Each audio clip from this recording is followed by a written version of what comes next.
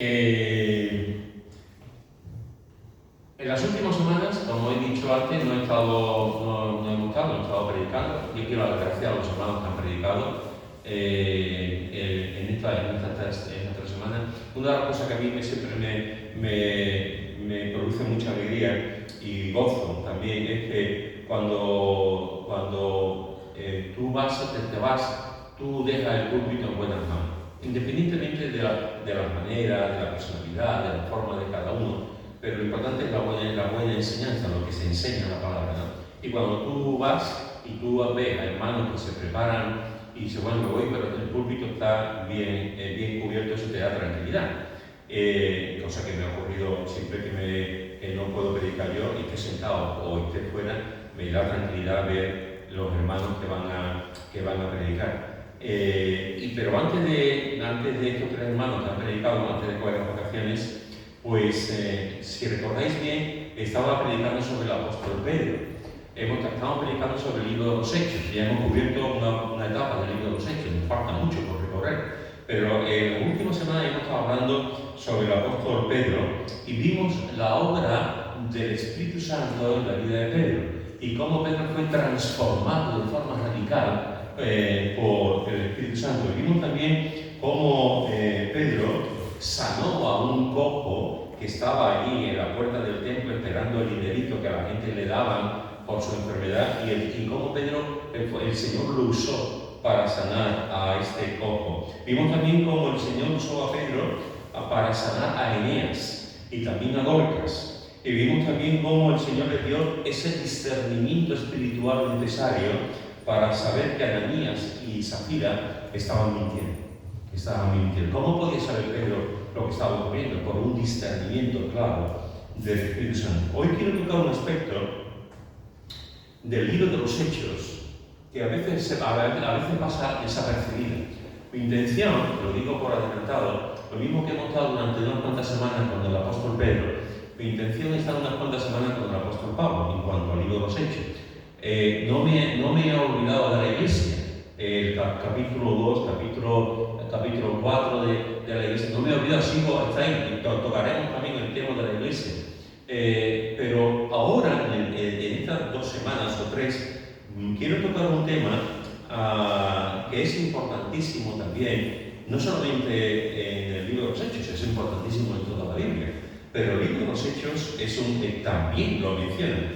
Y es un poco relacionado con lo que he dicho antes de lo sobrenatural.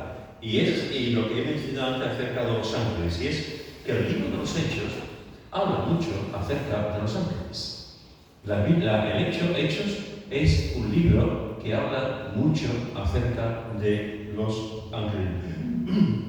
No puede ser de otra manera, porque su autor Lucas, si tú vas al Evangelio de Lucas, que es una cosa que no vamos a hacer ahora, pero si tú vas al Evangelio de Lucas, tú podrás ver que Lucas también habla mucho acerca de los ángeles.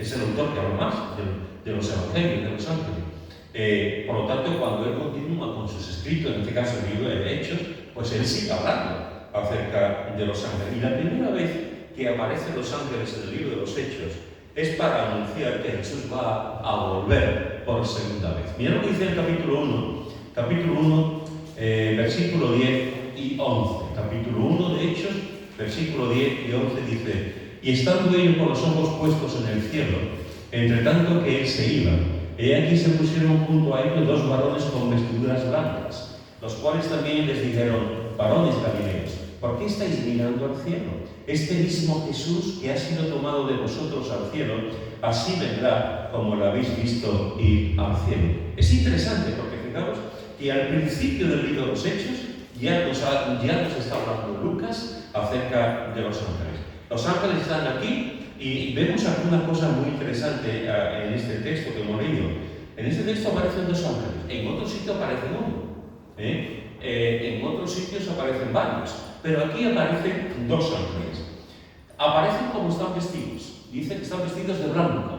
No todas las referencias que hay de los ángeles nos dicen que están vestidos de blanco, pero hay referencias que nos dicen que los ángeles, y en este caso concreto, nos está hablando de que están vestidos de blanco. Y la tercera cosa importante que está hablando aquí, que lo vemos aquí, es que le dicen a los que estaban unidos que están sorprendidos, están maravillados, Jesús está ascendiendo al cielo. En ese momento, las personas que estaban viendo a Jesús ascender al cielo, estaban presenciando algo maravilloso, algo milagroso. Nadie ha visto a ningún ser humano ascender, levitar, subir al cielo sin una máquina, sin algo así mecánico. No, pero aquellos que estaban allí, igual que vieron a Jesús andar por encima del mar, igual que vieron a Jesús hacer maravillas y milagros, estaban contemplando como ese Jesús que amaban, que había resucitado, estaba subiendo al cielo. Y allí estaban los ángeles, contemplando también cómo Jesús estaba ascendiendo al cielo. Y es interesante que estos ángeles le dicen que este mismo Jesús que está subiendo al cielo va a volver por segunda vez. Así que estos dos ángeles con vestiduras blancas le están diciendo a estos hombres, a este grupo que están ahí reunidos, le está diciendo: este mismo Jesús que ha sido tomado de vosotros al cielo, así vendrá como lo habéis visto y al cielo. Y es interesante porque dice este mismo Jesús, este mismo Jesús. El cristianismo evangélico, y no solamente el cristianismo evangélico, todas las ramas del cristianismo creen en la segunda venida de Cristo de forma literal.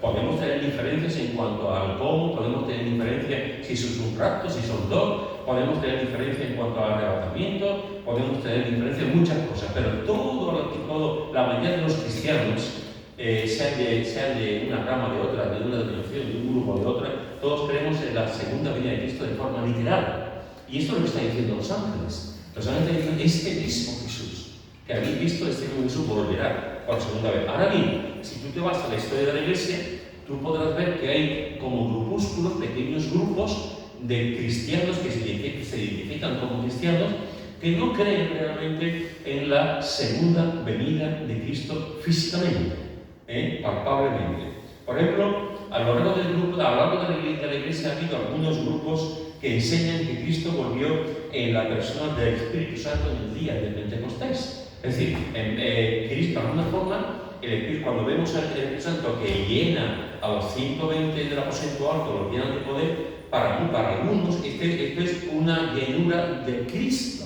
Vino Cristo directamente y lo llenó Cristo. Es decir, Él vino en la forma del Espíritu Santo, Cristo vino en la forma del Espíritu Santo, y de ahí no tiene por qué venir más, porque ya vino en aquel momento. Claro, esto dice tú, sí y no, porque la Biblia nos dice que ahí está la Trinidad, hay un solo Dios manifestado en tres personas, Dios Padre, Dios Hijo y Espíritu Santo. Cuando tú estudias la Biblia atentamente, tú podrás ver que casi nunca uno de ellos hace el papel del otro. La obra de Dios Padre es una obra determinada, la obra de Dios Hijo es una obra determinada y la obra del Espíritu Santo es una obra determinada. Pueden hacerlo, claro que es Dios, pueden hacer lo que quieran. ¿Podría venir Cristo en la forma del Espíritu Santo? Por supuesto que sí, no hay nada que se le escape, no hay nada imposible. Pero la Biblia nos dice que realmente el que vino fue el Espíritu Santo. No vino Cristo en ese sentido, sino vino el Espíritu Santo. No se solapan el uno al otro, aunque son uno, no se solapan el uno al otro. Por lo tanto, es una enseñanza que no es real, es el de que vino Cristo en la forma del Espíritu Santo y de ahí se acabó, ya no va a venir una segunda vez. Otra de las cosas que se ha enseñado en la Iglesia, en la historia de la Iglesia por grupos pequeños, es que la segunda venida de Cristo ocurre cuando una persona se convierte. Es decir, cuando una persona cree en Cristo, ahí es cuando llega la segunda venida de Cristo a esa persona. Y en un sentido también la primera. Pero claro, tampoco la Biblia no dice eso. La Biblia no dice en ningún momento, dice la Escritura, que la venida de Cristo tiene que ver, ese primer encuentro de Cristo se hace como dos eventos. Cristo es la primera vez que una persona cree en Cristo y acepta a Cristo, y a la misma vez que ya Cristo no va a volver nunca más. No es así. Es verdad que Cristo entra a formar parte de nuestra vida en el momento que hemos creído, pero la Biblia nos dice que Cristo vendrá literalmente por segunda vez, no solamente cuando una persona se ha convertido. Y hay otros, en la historia de la Iglesia hay otras iglesias también, otros grupos que dicen que la segunda venida de Cristo se produce cuando el creyente muere. Y cuando el creyente muere, Cristo se revela a esa persona por segunda vez y lo lleva directamente a la presencia del Padre, se lo lleva directamente al cielo. Pues esa es otra enseñanza. Cristo viene cuando morimos, efectivamente, cuando morimos, Cristo nos lleva, somos llevados ante el trono. O sea, pero la Biblia nos dice que no solamente es cuando Cristo se manifiesta cuando cada uno muere y se encuentra delante de su Hacedor, sino que Cristo va a venir de forma literal por segunda vez. Que son ideas que nos pueden parecer un tanto extrañas en el día de hoy, y hay tantas ideas extrañas, de verdad. Hay tantas ideas, tantas herejías, tantas cosas raras que aparecen en las iglesias. Pero estas son algunas de las ideas con respecto a esa segunda venida de Cristo. Pero la Biblia nos dice que no. En Lucas nos dice este mismo, o sea, los ángeles nos dicen este mismo Jesús. Este mismo Jesús vendrá por segunda vez. No va a volver Jesús un Jesús diferente. Tendrá el mismo cuerpo, tendrá los mismos ojos, tendrá las mismas manos, tendrá la misma mente. Será el mismo Cristo, ya glorificado, ya es Dios. Ya no tiene nada que ver con este Jesús humano que encontramos en la Escritura. Es un Jesús glorificado, un Jesús exaltado, un Jesús que está en el cielo. Este mismo Jesús que resucitó vendrá por segunda vez. Será el mismo Señor y Salvador. Será el mismo Jesús que vino a la tierra a cubrir la necesidad más grande que tenemos el ser humano, que es nuestros pecados. Será el mismo Jesús lleno de amor y de compasión. Será el mismo Jesús que nos llama a estar con Él, y el mismo Jesús que dice: os voy a preparar un lugar, os voy a preparar una morada para vivir conmigo. Este mismo Jesús que dice eso va a volver por segunda vez. No será otro tipo de Jesús, otro como enseñaron algunos grupos, ¿no? Otro Jesús, como dice Pablo en los Corintios. Será este mismo Jesús que está diciendo los ángeles, el que volverá por segunda vez. ¿Qué hacemos mientras que Jesús venga por segunda vez? ¿Qué hacemos ante este anuncio magnífico de los ángeles? ¿Qué hacemos mientras que Cristo viene? Pues, hermanos, la Biblia nos dice que una de las cosas que tenemos que hacer es estar preparados. Estar preparados para la segunda venida. Dice en Lucas capítulo 12, versículo 40: vosotros pues también estad preparados, porque a la hora en que no penséis, el Hijo del Hombre vendrá. Estar preparados porque a la hora en que no se nos ocurre, la hora que no penséis, la hora que quizás nadie piensa que va a ocurrir, en esa hora el Hijo del Hombre vendrá. Entonces tenemos que estar preparados. Tenemos que estar preparados para la segunda venida de Cristo. Los soldados se preparan para la guerra. Eso es un tiempo que está ahí. Cuando yo hice 17 meses de mili, tenía que haber hecho 18, pero me llevé un mes de permiso, así que hice 17 meses, bueno, 18 meses, contando con el mes de permiso, pero bueno, hice literalmente 17 meses. ¿Para qué estuve en el servicio militar? En aquella época era obligatorio, ya no es obligatorio, ahora es un trabajo, ahora es un oficio. Pues se supone que uno está otra cosa son las historias por dentro. En mi caso yo puedo decir, yo a mí me prepararon, pero a mí, yo fui una vez a disparar, nada más, o sea que una vez al campo de tiro, me tiraron en el suelo, y yo una vez, a mí me dan un cerdo, no tengo ni idea cómo se hace. Una vez a disparar, ¿no? Pues, pero se supone que en el ejército, supongo que ahora los soldados profesionales, por supuesto que tienen que saber algo, me imagino, pero se supone que los soldados están preparándose para un solo fin.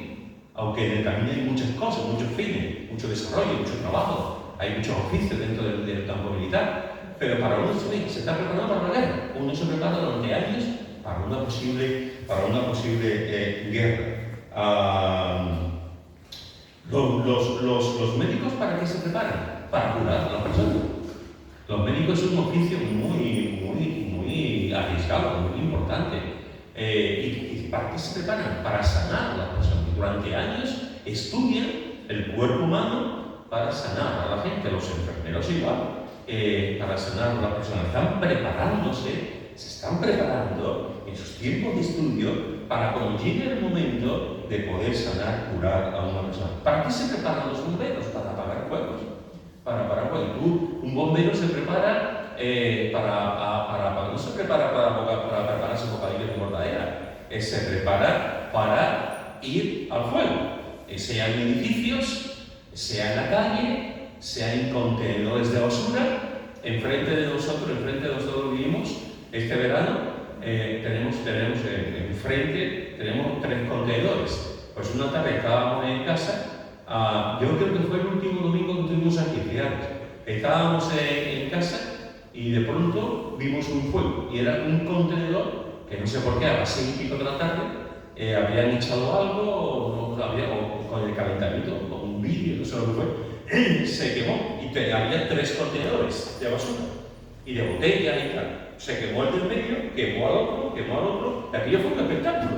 Entonces estábamos en el balcón, estábamos mirando y de pronto aquello, un fuego de luz. ¿Qué ocurrió? Pues que al poco tiempo, primero vino la policía con aquello y después empezaron a venir 2 camiones de bomberos que lo vinieron. Y enseguida apagaron el fuego. Estas personas estaban preparados para apagar el fuego. Sí, lo que quiero decir es que cada uno en su rama se está preparando y tenemos que prepararnos. Si tú quieres ser policía, tienes que prepararte. Tienes que tener una serie de estudios, tienes que estudiar, tienes que tener dossier, tienes que tener una documentación, tienes que pasar una serie de exámenes, tienes que hacer un examen físico, tienes que estar preparado tienes que tener profesores como Boti. Es decir, tú tienes que estar preparado para todo. Tenemos que estar preparados. Pues nosotros como cristianos también tenemos que estar preparados, hermanos. Estamos en la salida. Está allí el juez con la pistola. Y ahora dice 1, 2 y 3, ¡pum! Empezamos a correr. Y estamos corriendo, estamos saliendo ahí. Y tenemos que estar preparados para no tener agujetas, tenemos que estar preparados para no cansarnos, tenemos que estar preparados para lo que venga, porque la carrera puede ser larga, la maratón puede ser muy larga. Y tenemos que estar preparados para correr, tenemos que estar preparados para cuando Cristo venga. Eso es lo que está diciendo Jesús, tenemos que estar preparados porque el Hijo del Hombre va a venir y no sabéis cuándo va a venir el Hijo del Hombre. ¿Sabéis? La novia, en este caso la iglesia, la novia siempre tiene que estar preparada para cuando venga el novio. Vamos a imaginarnos que aquí entra la novia, estamos aquí con la música, con el piano, estamos todos de pie, entra la novia con su padre o con alguien, entra con el brazo y se queda aquí la novia. Y todo el mundo está esperando, se supone que el novio llega antes, pero en este caso la novia llega antes y está esperando el novio. Y pasa 1 minuto, y 2 minutos, y 3 minutos, y 5 minutos, y media hora, y 1 hora, y empezamos a mirarnos todos, el novio, y la novia se desespera.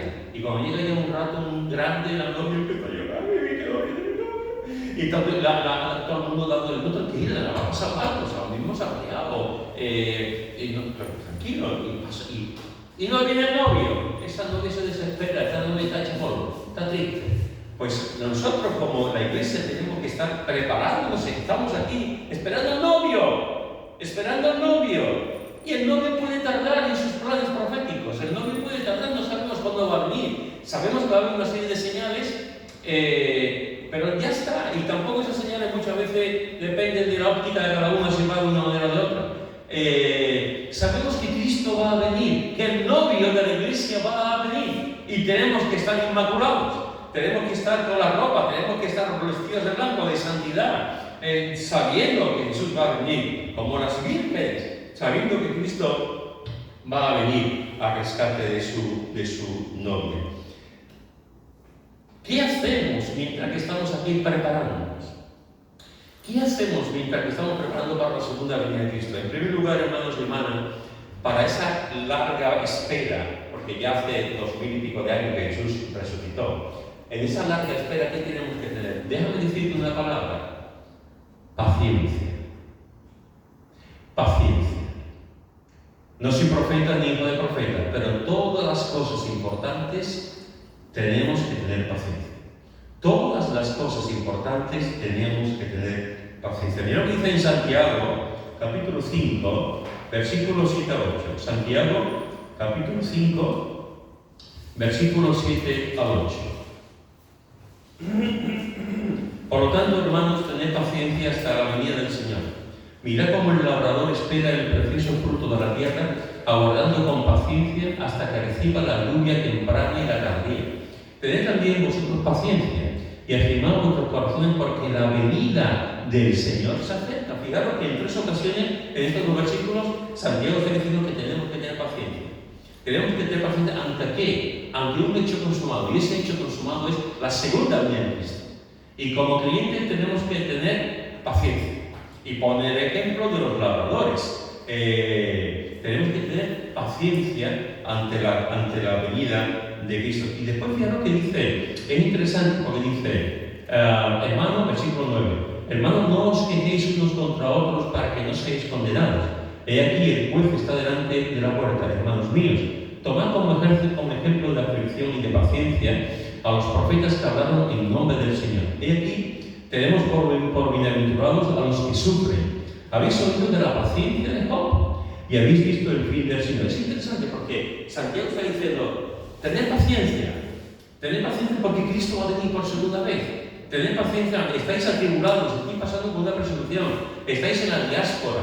Es verdad, pero tened paciencia porque este Jesús que ha subido al cielo vendrá por segunda vez. Y pone los ejemplos, los profetas estaban continuamente hablando del pecado, exhortando a Israel, a Judá, exhortándoles a que se arrepintieran de sus pecados, a que volviesen al Señor, que se acercaran a Dios. Y muchas veces, la mayoría de las veces, los israelitas ni le prestaban atención a lo que decían los profetas, pero ahí estaban los profetas, con paciencia, anunciando la palabra de Dios, diciendo lo que Dios quería que dijeran. Ahí estaban. Y el propio Job, con paciencia, con su sufrimiento, con su dolor inmenso en su corazón, y tenía la paciencia esperando que Dios actuara, que Dios hiciera su obra en su vida. Hermanos, ante la segunda venida de Cristo, porque no sabemos cuándo Cristo va a venir, ante la segunda venida de Cristo, los creyentes tenemos que estar preparados ante esa segunda venida, porque ojalá que Cristo venga y me coja en un buen sitio. Ojalá que Cristo venga y me coja hablando bien. Ojalá que Cristo venga y me coja orando. Ojalá que Cristo venga y me coja haciendo el bien. Ojalá que Cristo venga y me coja leyendo la palabra. Ojalá que Cristo venga y me coja ayudando a personas pero si Cristo viene y en un momento en el que yo esté mal, en un momento en que esté murmurando, criticando, en un lugar que no es santo, con gente que no está bien, practicando el pecado, es terrible. Es terrible. Tenemos que estar preparados ante la segunda venida de Cristo. Cristo va a venir en cualquier momento. Y su iglesia, como novia, está esperando esa segunda venida de Cristo. Y tenemos que tener paciencia, porque Cristo vendrá. ¿Pero cuándo? Ni los ángeles lo saben. Cristo vendrá y tenemos que tener paciencia. Como la tuvo aquel hombre que el Señor le dijo, construye un arca. ¿Y cuánto tiempo se llevó construyendo el arca Noé? 120 años construyendo el arca. ¡Qué paciencia tuvo! ¡Qué paciencia tuvo! Ahí construyendo el arca. Pues eso, tenemos que tener paciencia ante la segunda venida de Cristo. La otra cosa que tenemos que tener mientras que Cristo venga, una es paciencia, la otra es la esperanza. Y lo que dice en Tito, capítulo 2, versículo 13. Tito, capítulo 2, versículo 13.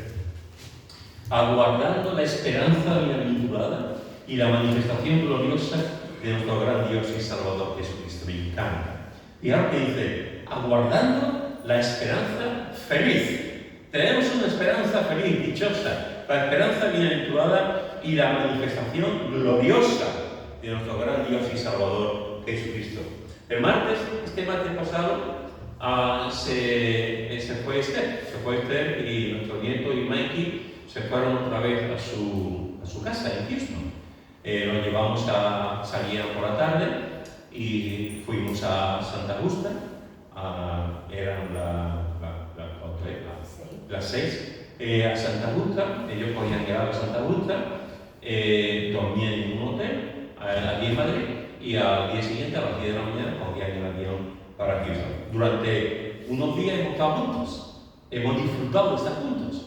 Hemos disfrutado de estar comiendo juntos, reírnos juntos, aguantarnos juntos, hemos estado a ver al chico y a la playa. O sea, hemos disfrutado de estar juntos.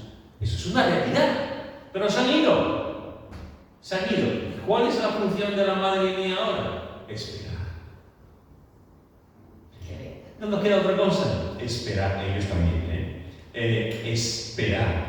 ¿Cómo podemos esperar? Estamos ya pensando en ir en noviembre. Estamos pensando en ir en noviembre y estamos pensando, Chad y yo, en hablar con Francisco a ver si nos da un dinerito para el billete que no podamos ir. Lo que estamos haciendo unos días allí en Houston, esperar. Estamos aquí, hemos disfrutado de su presencia, de su compañía, de todo lo que eso conlleva, y ahora estamos esperando. Y eso nos da fuerza, eso nos da energía de saber que dentro de poco, otra vez en noviembre, vamos a volver. Estamos esperando, estamos esperanzados de volverlos a ver por segunda vez. Qué bueno tener la esperanza, qué bueno que estar preparados con decir, Señor, te voy a volver a ver. Yo no sé cuándo tú vas a venir, pero te voy a volver a ver. O si no te veo porque tú vienes, cuando me vaya contigo, tú me vas a ver.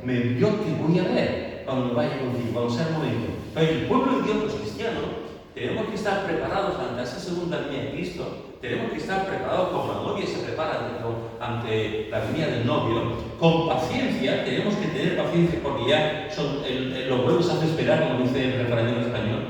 Se hace esperar, Cristo va a venir por segunda vez. Y no solamente tenemos que hacer con paciencia, sino con la esperanza. Con la esperanza. La esperanza de que Él va a venir por segunda vez, y esa esperanza nos va a ayudar a esperar, nunca mejor dicho. A esperar con gratitud, a esperar el reencuentro con la familia que uno quiere, el reencuentro con el Cristo que uno quiere. Lo primero que vemos en el libro de los Hechos con respecto a los ángeles es esto que hemos visto. La primera vez que aparecen los ángeles es para anunciar la segunda venida de aquel que amamos, la segunda venida de Cristo. La segunda vez que aparecen los ángeles en el libro de los Hechos es para dar instrucciones a Pedro y a Juan. Capítulo 5, versículos 17 al 21. Capítulo 5, versículo 17 al 21. Capítulo 5, versículo 17 al 21. Entonces levantándose el sumo sacerdote y todos los que estaban con él, esto es, la secta de los saduceos, se llenaron de celos y echaron mano a los apóstoles y los pusieron en la cárcel pública. Mas un ángel del Señor, abriendo de noche las puertas de la cárcel y sacándolos, dijo: Id, puestos en pie en el templo, anunciad al pueblo todas las palabras de esta ley. Habiendo oído esto, entraron de mañana en el templo y enseñaban. Esto es interesante, este texto. Este texto tiene que ver con la persecución. Si tú ves los versículos anteriores, los versículos 12 al 16, tú podrás ver que estaban pasando cosas importantísimas, cosas sobrenaturales. La gente venía de otras partes y eran sanadas, eran salvas. La obra de Dios, la obra del Espíritu Santo en la vida, en este momento de la iglesia, es impresionante. Y venían de las ciudades vecinas, los endemoniados eran sanados, los enfermos eran sanados, era tremendo lo que estaba ocurriendo. ¿Qué ocurría con los religiosos, con los sacerdotes? Pues que estaban enfadados con todo aquello que estaba pasando y persiguieron a los apóstoles y en este caso los metieron en la cárcel. A Pedro y Juan. Escucha esto porque creo que es un dato sumamente interesante y dramático. Escucha esto. Hay aproximadamente 388 millones de cristianos que sufren persecución o discriminación. Esto, que lo he leído en tan pocos segundos, esto es tremendo. 388 millones, más o menos, de cristianos que sufren persecución o discriminación en el mundo. No 8.000, no 8 millones, no 18 millones, no 28 millones, que ya se lo ha variado. 388 millones de personas son perseguidas o discriminadas por su fe en Cristo. Esto es una bomba. Esto es algo tremendo. En el siglo XXI está pasando esto. Es decir, 1 de cada 7 creyentes es objeto de persecución. 1 de cada 7 creyentes es objeto de persecución. Los países con mayor persecución son Corea del Norte, como todos sabemos, está el África subsahariana, con Nigeria, Sudán, Mali, Burkina Faso, etc. Está Oriente Medio y Asia, con Somalia, Yemen, Eritrea, Libia, Pakistán, Siria, India, etc. Y me queda un montón en el saco, para no decir. Hermanos, hay un montón de gente que están siendo perseguida en muchos países, muchos, no uno, ni dos, ni tres, muchos países donde se persigue a los cristianos. Jesús lo dijo. Siempre le he dicho que a mí una cosa que me fascina de Jesús es que me mira a los ojos y me dice: Pedro, esto es así. A mí Jesús no me engaña. Otros me idealizan, otros me dan excusas, otros me dicen: bueno, no tanto. Jesús me dice: ¿tú quieres seguirme? No va a pasar nada. ¿Tú quieres seguirme? Que sepas que va a pasar esto. Jesús a mí me mira a la cara y me dice las cosas como son. Me encanta Jesús, porque es muy sincero. No me pone las cosas de color rosa. No. Me dice las cosas como van a pasar. Mira lo que dice en Juan, capítulo 15. Juan, capítulo 15, versículo 18. Juan, capítulo 15, versículo 18 al 20.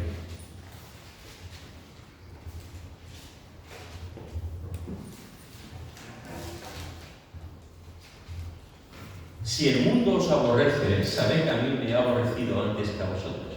Si fuerais del mundo, el mundo amaría lo suyo, pero porque no sois del mundo, antes yo os elegí del mundo.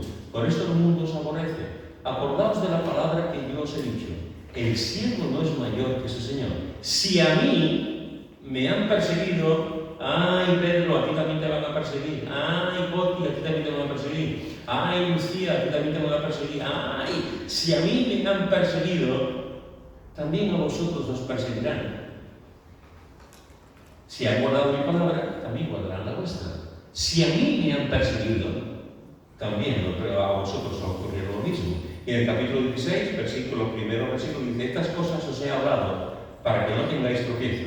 Os expulsarán de las sinagogas, y aún viene la hora cuando cualquiera que os mate pensará que rinde servicio a Dios. Y harán esto porque no conocen al Padre ni a mí. Mas os he dicho estas cosas para que cuando llegue la hora os acordéis de que ya os lo había dicho. Es decir, hermanos, Jesús nos dice que va a haber persecución. Jesús nos está diciendo que sepáis que si me queréis seguir, que sepáis que si queréis ser mi discípulo, vais a vivir en persecución, vais a tener persecución.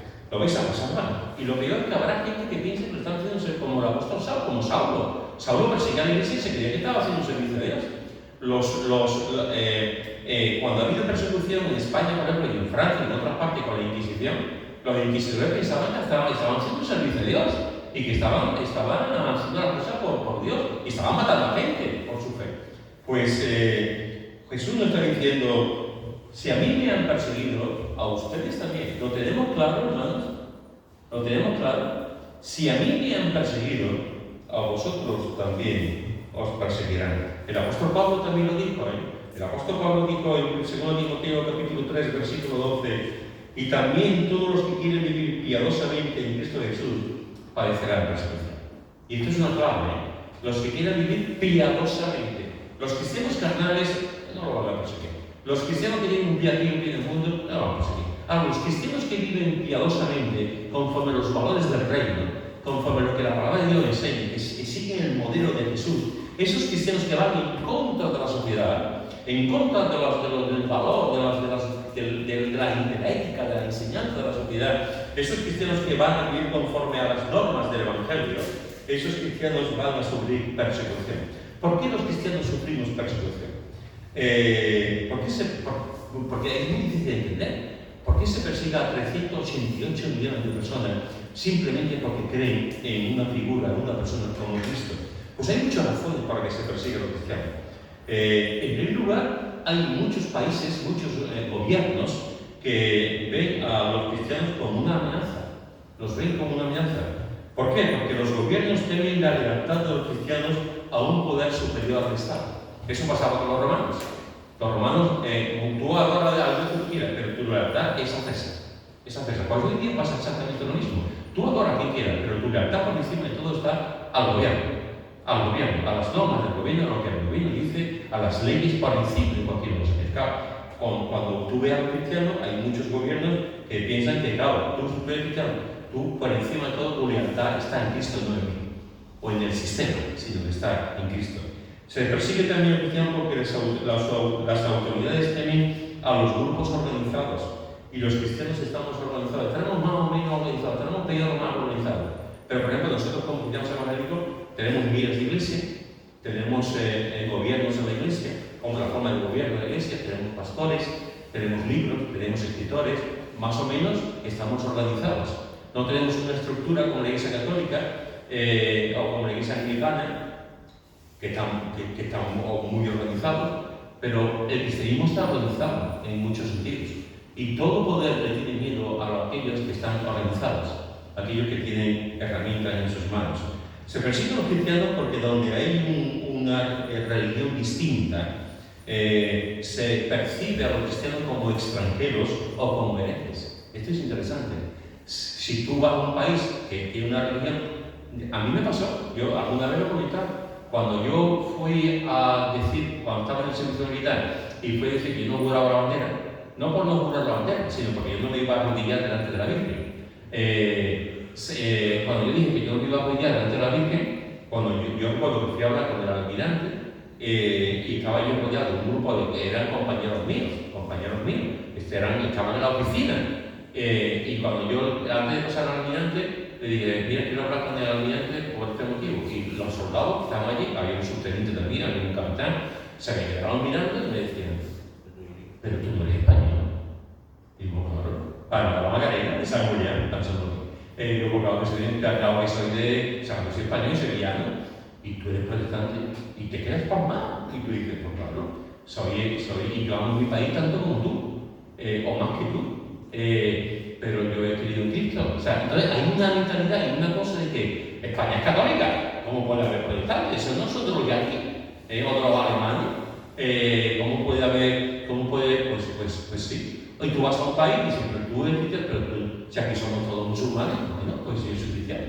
Entonces, cuando tú estás en un país donde hay una determinada religión, pues la gente te ve como extranjero o como hereje. O las dos cosas juntas. Otra cosa por qué se persigue a los cristianos, porque los valores que enseña el cristianismo es totalmente distinto, es diferente a lo que enseña la sociedad. Nosotros enseñamos la fidelidad, nosotros enseñamos el trabajo, nosotros enseñamos el matrimonio, nosotros enseñamos la relación entre hombre y mujer, nosotros enseñamos el compromiso, el esfuerzo, la lealtad, el amor, la tolerancia, el perdón. Enseñamos tantas cosas que son tan ricas, tan buenas, tan importantes. No enseñamos la tradición, no enseñamos la murmuración, no enseñamos la violencia, no enseñamos a criticar, enseñamos los valores del reino. Y eso va en contra de muchas de las cosas que enseña hoy en día la sociedad. Por eso y por muchas otras razones se persigue hoy en día a los cristianos. Por eso se persigue a los cristianos, por eso metieron a Juan y a Pedro en la cárcel. Déjame decirte dos cosas. En primer lugar, decirte que, y siento decirlo, ya te voy a dar la mañana, que tú preparándote para esta mañanita, que vamos a alabar al Señor, después vamos a casa, nos vamos a un bar, vamos a tomar una copita, vamos a tomar un arrolito, te voy a dar la mañana. La persecución es inevitable. La persecución es inevitable. Ya me gustaría a mí decirte que la persecución, tú podrás decir, un momento, estamos en España, sí, estamos en España. La persecución puede venir en cualquier momento. Hay persecuciones muy débiles, y no voy a entrar ahora pero aquí en el país sigue habiendo persecución, no pensamos que es todo cauca, aquí sigue habiendo persecución, pasa que es una persecución muy light, pero los hay. Y hay sitios donde hay una persecución, como esto que hemos visto, de esos 388 millones de personas que están siendo perseguidos y que pueden morir por su fe. La persecución en un momento dado puede cambiar, depende del gobierno, depende de la situación social, depende de los grupos, depende de mucho. Y el día de mañana lo mismo resulta que aquí ahora viene un Estado, un golpe de Estado, pasa un grupo reaccionario, mil cosas, y nos quitan la libertad. E impiden que las iglesias se abran, o impiden que tengamos una Biblia.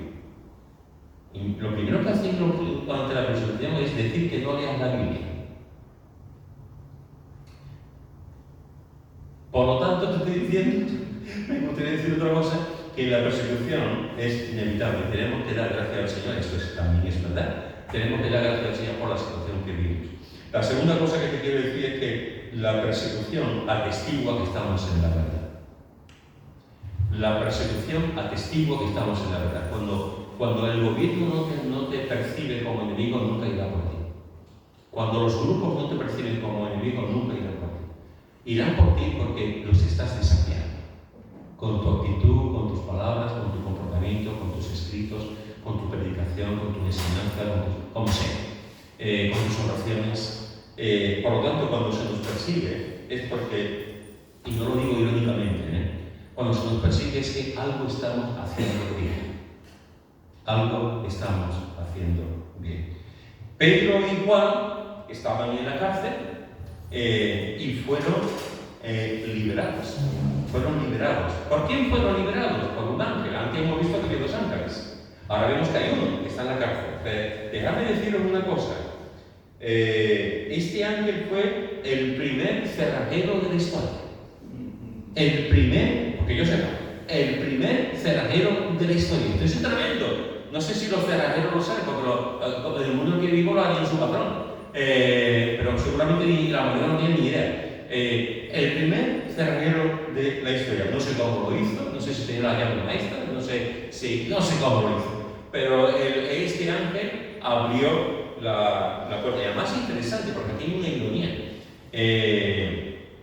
Esa ironía que Lucas habla es que dice en el versículo 17: entonces levantándose el sumo sacerdote y todos los que estaban con él, esto es la secta de los saduceos, llenaron de celos.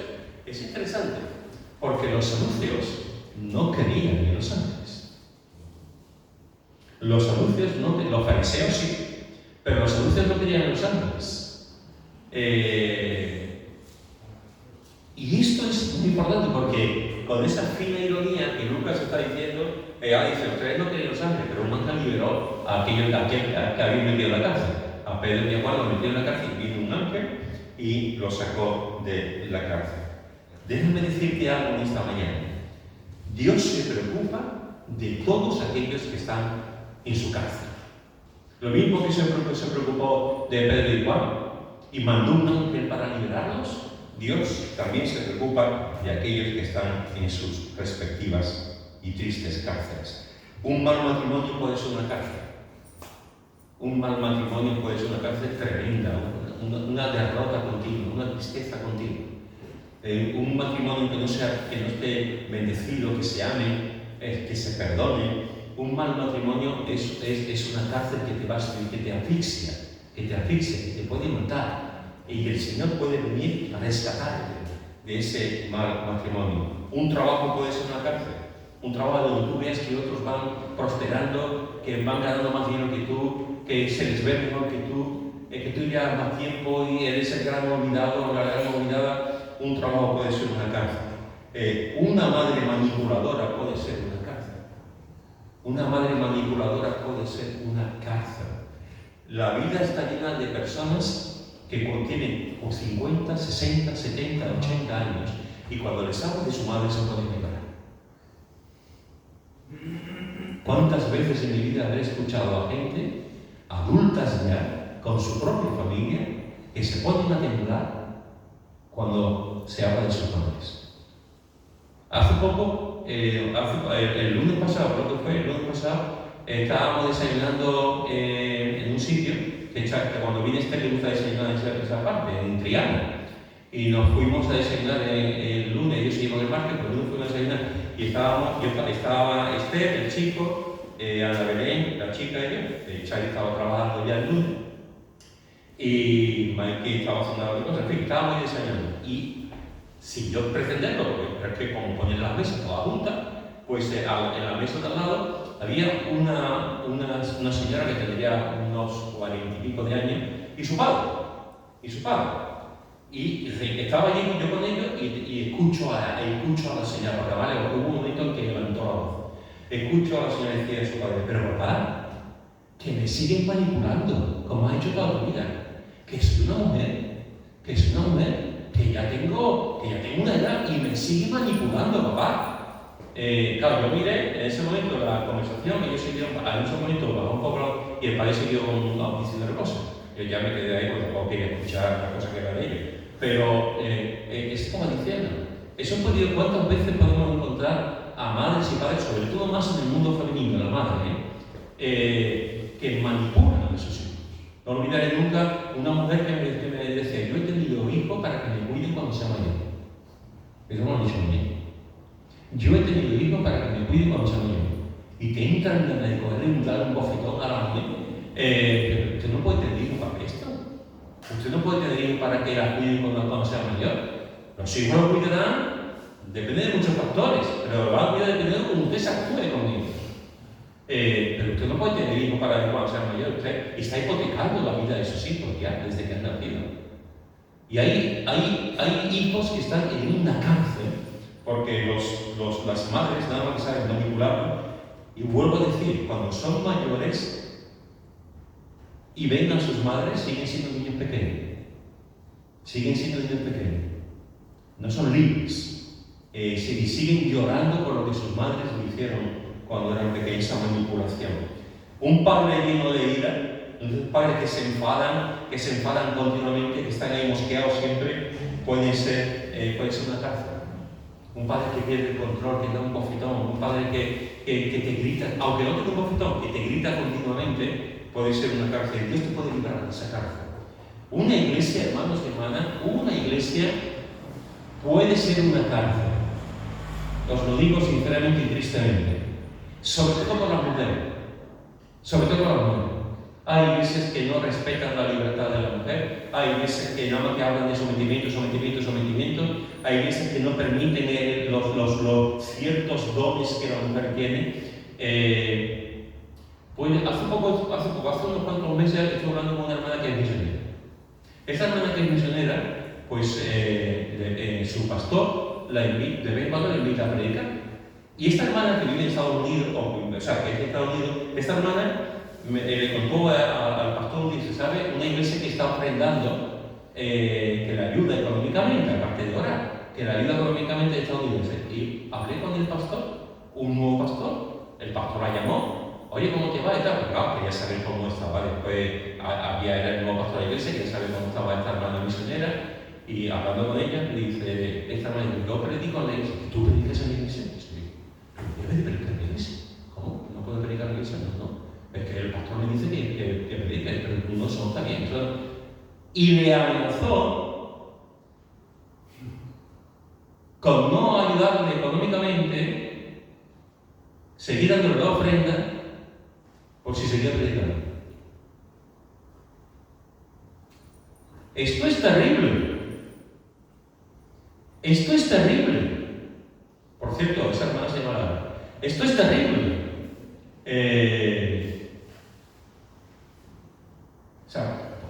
La iglesia puede ser una cárcel. Los niños pueden estar en una cárcel. En la iglesia, no llore, no corra, no grite, no te rías, no, pues un momento que somos niños. Cuidado, porque en la iglesia, sin quererlo, sin pretenderlo, podemos vivir una cárcel. Pero ¿sabéis lo bueno de esto? El ángel vino y lo sacó. El ángel vino y lo sacó.